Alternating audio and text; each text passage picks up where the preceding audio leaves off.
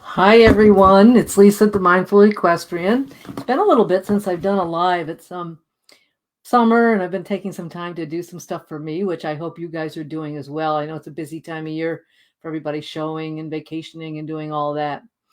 And before I get into the topic, I wanted to quick go over the fact that I have launched a new virtual riding lesson program, and there's 10 slots available right now at a reduced rate. I'll put all that information in a link below the live when I'm done.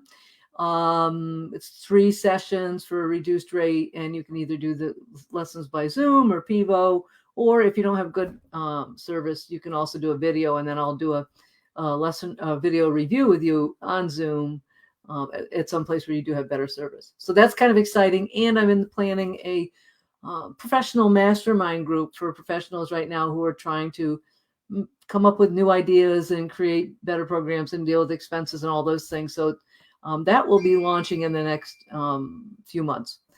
So on to the topic. So I know it's not uncommon, and I can do this myself, that I leave one thing and go to another, and I still have my work in my head and get busy and stressed and all that.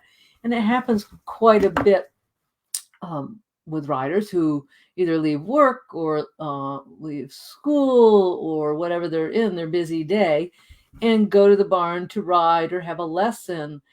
And riders don't give themselves time to transition from what they were doing to what's to the riding. So I've had clients who said, well, yeah, I usually am taking calls about business on my phone on my way to the ride to barn and all that. And you keep up that energy, that stressful, can be stressful work energy, and don't relax enough to come down, and you bring all that into your riding, which can create, if you're not relaxed, create a tense horse, stress in your riding. If it's a lesson, you're just not focused. And so I just wanted to go over some tips to help you create that transition and create some boundaries around moving from your work or home life or whatever your daily life routine is, school, whatever, to your riding, whether it be a lesson or just your daily, just a free daily ride. So first thing I recommend is add an extra 15 minutes in your calendar. So 15 to 30 minutes. So that, if your ride is at 6 o'clock and you think it takes 20 minutes to get your horse prepped and 15 minutes to get to the barn, don't leave at, 5:15 to make it happen. Leave at 5 or 4:45 if you can, excuse me, to make that happen. So you leave yourself some buffer space that you're not just pressured and rushed to get ready when you get to the barn. Now, that's not always easy, but if you start putting those boundaries in and put it in your calendar so that you really block that out and you create that time and honor that time for yourself and your riding.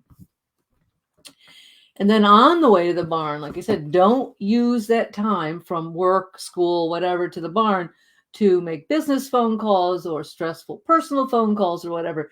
Use the time to transition from busy mode to kind of happy barn mode. So listen to some good music, do some deep breathing exercises, think about positive things, think about the connection and the joy you get at the barn, but use that time in a positive way.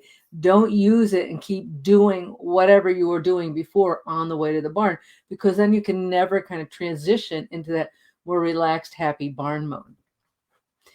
And then once you're at the barn, actually take some time to stretch and breathe and loosen up and let go of all the stuff from the day. Even if it's a few minutes, do some stretching exercises, and it'll help you with your body. If you've been sitting all day, at work or whatever, loosen up, stretch your hips, stretch your legs, stretch your everything, arms and shoulders and all that, so that when you get on, you're looser and able to be more connected and more relaxed.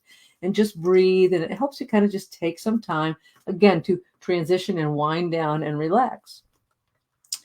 And then continue that process when you're grooming.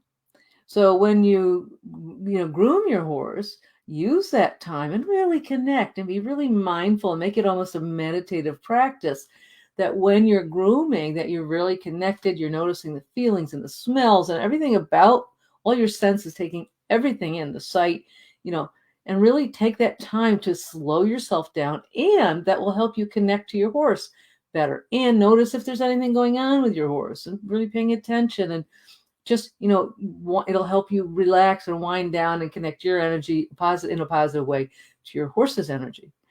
And then make sure you get on a few minutes early. So this is particularly important for a lesson, right? Not to get on and boom, there's instructors there and you've got to do whatever.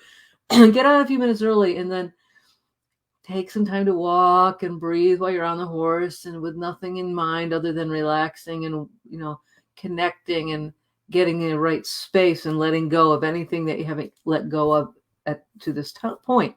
And even if it's in your daily ride, so say if you think, I want to put in a half-hour ride, give yourself a few minutes to just honor the time that you get on and you relax, and there's no agenda other than just being quiet with your horse, letting your horse relax, letting you relax, letting everything get loose, maybe do even some stretching on the horse. There's a lot of things you can do just to be relaxed and settled before you start whatever it is you're planning to do, whether it be a lesson or your own ride or whatever.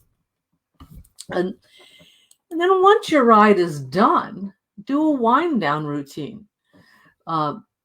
So, again, do some stretching. When you're grooming your horse, reconnect again, meditative, connecting with your horse and putting him away, leaving enough time for yourself to do that as well. So you're not rushing and putting your horse away, but everything, block out enough time to do these things so that, you're better off riding for 20 minutes and taking time before and after so that you have a really good ride and then transition after, than riding for a half hour and not using that time.